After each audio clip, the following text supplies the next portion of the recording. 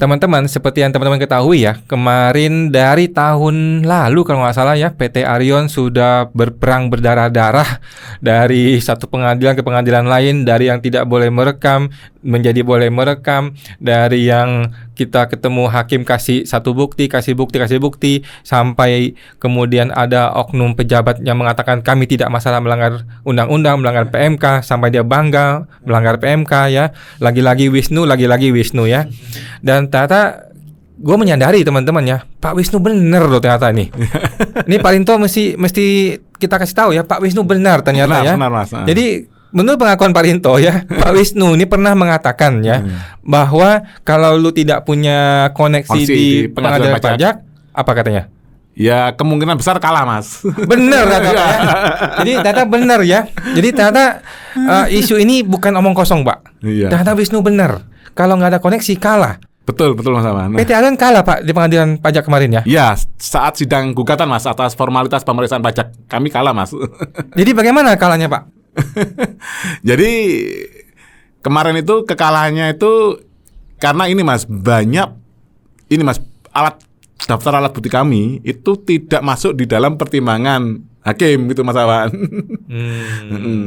Jadi alat bukti kami ada banyak Mas, termasuk ini Mas, posita kita juga ada banyak Mas, ada 25 posita, ada banyak juga ini Mas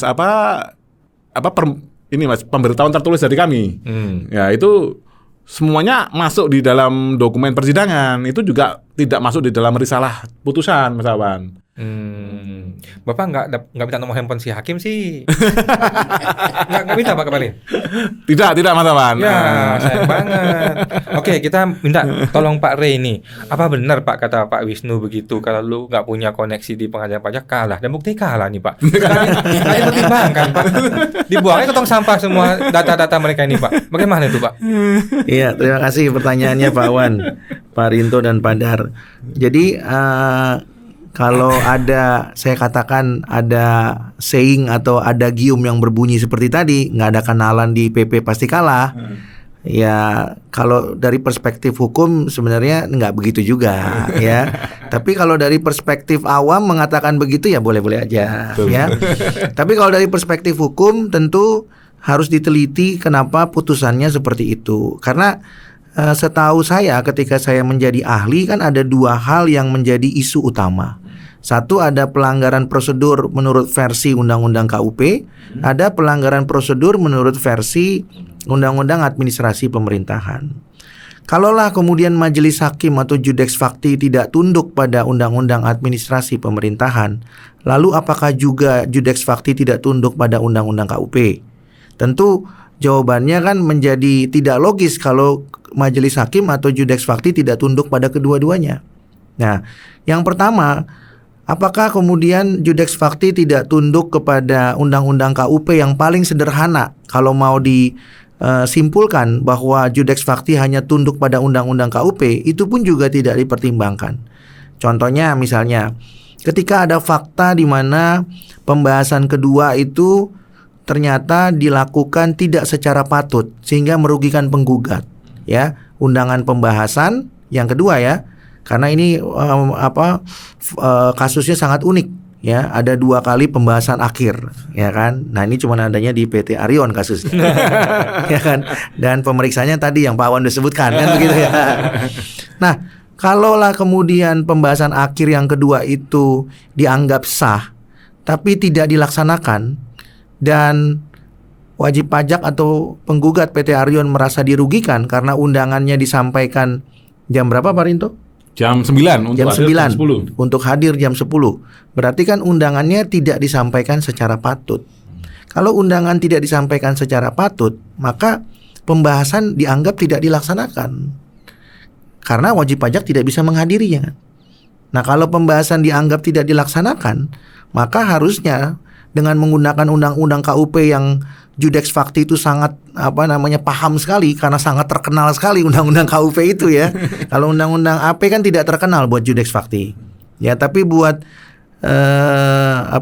tapi undang-undang KUP itu sangat terkenal sekali. Jadi harusnya kalau menggunakan undang-undang KUP tidak melaksanakan pembahasan, tidak mengundang, tidak melaksanakan pembahasan menurut pasal 36 ayat 1 huruf D, maka SKP harusnya batal. Tapi itu juga tidak dipertimbangkan.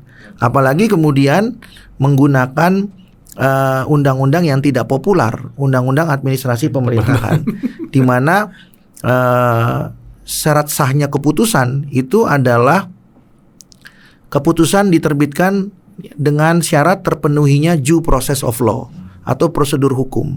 Prosedur hukumnya sudah jelas bahwa pembahasan, maksud saya pemeriksaan dilakukan dalam jangka waktu 6 bulan. Nah, lewat 6 bulan itu sudah undue process of law, tidak lagi due process. Nah, maka sudah bisa dibuktikan bahwa keputusannya itu menjadi cacat prosedur. Kalau cacat prosedur, maka SKP juga harus dinyatakan tidak sah dan dibatalkan dengan putusan pengadilan. Nah, ini juga tidak dipertimbangkan karena memang sulit untuk memahami undang-undang administrasi pemerintahan. Tapi yang sederhana aja juga tidak dipahami, apalagi yang sulit. Nah, jadi ya menurut saya tentunya ini masalah pemahaman majelis hakim atau judex facti, dan tentunya kita tidak bisa memaksakan karena memang pengetahuan hakim itu adalah bersifat subjektif. Itu sebabnya pengetahuan hakim itu kan hierarkinya kan paling rendah ya. Ya, alat Kan bukti, Pak, ya. ya di dalam hierarki alat bukti yang diatur dalam pasal 69 Undang-Undang PP. Karena memang tidak semua hakim berpengetahuan ya. Nah, itu sebabnya hierarkinya paling bawah. Nah, oleh karena itu kalau kemudian PT Arion merasa pertimbangan hukum judex facti itu sangatlah dangkal dan sempit ya, karena memang kita tahu bahwa pertimbangan hukum adalah mahkota hakim. Jadi kalau pertimbangan hukumnya dangkal dan sempit, berarti mahkotanya mungkin tidak terbuat dari emas dan berlian, tapi terbuat dari aluminium dan kuningan. Ya kan ya. Karena mahkotanya diukurnya dari situ, begitu ya. Nah, kalau kita tahu bahwa mahkotanya terbuat dari kuningan dan aluminium, ya mungkin harus diajukan upaya hukum lanjutan, yaitu upaya hukum luar biasa atau upaya hukum PK atau upaya administratif lainnya. Ya, namun demikian kalau berkaitan dengan pelanggaran hukum acara bisa juga dilaporkan kepada Komisi Yudisial, ya, kalau memang bisa dibuktikan pelanggarannya, ya, atau misalnya dilaporkan kepada Ketua Mahkamah Agung, ya, sebagai pimpinan tertinggi dari semua hakim yang ada di Indonesia. Ya, jadi menurut saya tidak ada kaitannya kalau kemudian suatu perkara itu diajukan oleh wajib pajak dan ternyata dikalahkan oleh pengadilan pajak, maka disimpulkan wajib pajak tersebut tidak punya koneksi di pengadilan pajak. Ya, kemudian tidak bisa begitu juga disimpulkan ya. Jadi kalah menang itu relatif ya, dan banyak faktor yang menentukan ya. Bisa jadi kalah menang itu ditentukan tidak melulu dari substansi hukumnya, tapi ditentukan dari banyak faktor-faktor eksternal yang tadi saya sebutkan ya, selain daripada substansi hukumnya. Tapi kalau substansi hukum berarti memang kita sudah tahu takaran mahkotanya ya mungkin bukan emas 24 karat dan berlian kan ya. Nah, mungkin kuningan gitu Pak. Tapi ada satu nih Pak yang pernah disampaikan ke Pak Arinto. Iya kan, katanya majelis hakimnya temennya si Wisnu, bener nggak dok? Bukan salah satu tim sidang. Tim sidang. Jadi salah satu tim sidang ada temennya Ketua Majelis Hakim. Ketua Majelis Hakimnya malah. Betul. Nah ini bagaimana nih kalau menurut tataran dalam persidangan? Ya, ini masukan yang bagus ya Pak Dar ya. Kalau ini bisa dibuktikan, maka kembali lagi persidangan itu menjadi unfair trial, bukan fair trial ya. Kalau unfair trial, kalau diterjemahkan secara bebas itu namanya persidangan sesat. Oh, ya kan ya. Yang ideal itu adalah fair trial, kan begitu. Nah, itu berkaitan dengan adanya benturan kepentingan, dan itu telah tegas diatur di pasal 52 Undang-Undang Pengadilan Pajak. Kalau ada benturan kepentingan, maka hakim harus mengundurkan diri. Kalau tidak mengundurkan diri, ya patut diduga ya ada kepentingan terselubung di situ. Ya, dan ini adalah pelanggaran serius, sangat serius sekali ketika hakim mempunyai benturan kepentingan tapi tidak mau mundur. Nah, apalagi katanya sama-sama dari mantan Jatim 3 ya? Jatim 2. Ya, kalau memang itu bisa dibuktikan kembali lagi ya. Nah, satu hal yang menarik yang saya perlu sampaikan, sebenarnya ketika hakim mengetahui ada potensi benturan kepentingan, seharusnya hakim tidak perlu ragu untuk mengembalikan berkas perkara itu kepada ketua pengadilan pajak dan meminta untuk diperiksa oleh majelis yang lain. Nah, cuman ada mazhab di pengadilan pajak, ya, sepertinya kalau mengembalikan berkas itu dianggap tidak mampu memeriksa perkara. Nah, ini juga yang mungkin harus diluruskan. Ya, seolah-olah kalau ketua pengadilan pajak sudah disposisi majelis berapa kemarin? 3A. Ya, masih. Nah, kemudian 3B atau 3A ya? 3B Pak. 3A atau 3B gitu ya. Iya. Nah, kemudian majelis itu merasa ada benturan kepentingan lalu dikembalikan kepada ketua. Jadi seolah-olah kan majelis dianggap nggak mampu memeriksa perkara. Padahal sebenarnya bukan karena itu, tapi alasan benturan kepentingan. Nah, ini harus dirubah mindsetnya. Jadi mengembalikan berkas itu tidak melulu harus dimaknai tidak mampu, tapi justru lebih satria, lebih patriotik. Karena apa? Karena tidak mau memutus karena ada benturan kepentingan. Jadi hasilnya kayak begini dong, Pak. Nah, itu Dengan adanya kepentingan. Nah, jadi tidak Artinya perlu hasilnya sudah bisa diduga, udah diprediksi gitu kan. Artinya udah bisa diterawang lah. ya, itu tadi yang saya katakan ya. Maka seharusnya itu tidak perlu terjadi, dan di antara para majelis dan di antara para hakim harusnya mindsetnya bisa lebih positif. Kalau berkas dikembalikan, artinya bukan berarti dia nggak mampu memeriksa perkara, tapi mungkin ada alasan-alasan lain. Dan hakim juga tentunya disarankan untuk lebih sportif ya. Ketika kemudian ada benturan kepentingan, tentu hakim tersebut atau majelis tertentu harus dengan jujur mengungkapkannya. Bukan kemudian diviralkan dulu baru kemudian mengundurkan diri. Atau setelah diviralkan tetap aja nggak mengundurkan diri. Ya kan? Nah, ini yang kemudian harus menjadi catatan begitu ya. Karena publik menilai loh. Lembaga yudikatif dinilai oleh publik. Ya, lebih patriotik kalau menurut saya ya mengakui secara jujur, karena masih banyak perkara yang ditangani kan. Kenapa harus dipaksakan begitu ya. Nah, itu yang menurut saya belum terbiasa. Dan berdasarkan pengalaman saya ketika kita beracara di pengadilan pajak, ketika wajib pajak mengingatkan ada potensi dugaan benturan, itu tidak sedikit hakim yang bisa menerima dengan lapang dada, atau tidak sedikit yang bisa menerima dengan pikiran yang positif. Selalu reaksinya itu cenderung negatif. Ya, saya punya pengalaman menyampaikan itu di salah satu majelis ya, di 7A atau 7B. Majelis hakimnya juga mempunyai reaksi yang negatif.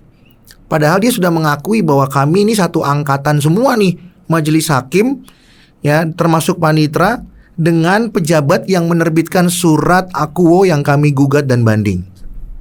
Ya, tapi tetap saja mereka mengatakan bahwa ya itu kan dulu 8 tahun yang lalu, tapi kami sudah pensiun. Iya betul, tapi mereka satu angkatan dan mereka sudah akui di persidangan.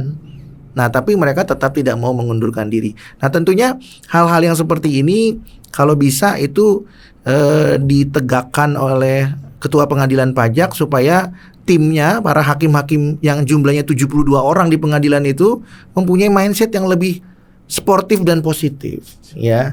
Nggak usah kemudian ada ada tendensius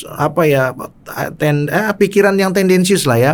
Wah, ini kayaknya saya harus meriksa perkara PT ini nih. Saya harus beri pelajaran PT ini nih. Kalau enggak kayaknya begini, nggak perlu begitu juga ya. Kalau begitu justru ada benturan kepentingan ya. Jadi harusnya hakim itu kan memeriksa perkara itu karena memang tidak ada niatan apapun ya, bebas ya. Jadi dia plong dalam memeriksa ya.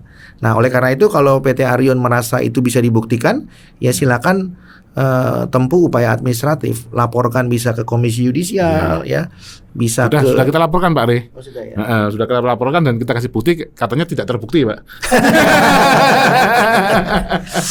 Oke, ada upaya yang lain Pak, ya kan? Siap. Kalau tidak ke Komisi Yudisial bisa ke DPR, bisa ke MA, bisa diskusi publik, ya kan? Masih banyak yang bisa dilakukan, ya. Karena kembali lagi bahwa hukum itu universal dan fakta persidangan dibuka dan terbuka untuk umum. Siap. Ya, siapapun boleh menganalisis, meneliti, mengawasi, memantau. Begitu sih Pak. Oke, thank you Pak Rey, thank you Pak Rinto, thank you Pak Dar ya. Jadi buat Pak Wisnu, silakan saja berpendapat. Kalau nggak ada koneksi, nggak bisa menang di pengadilan, nggak apa-apa.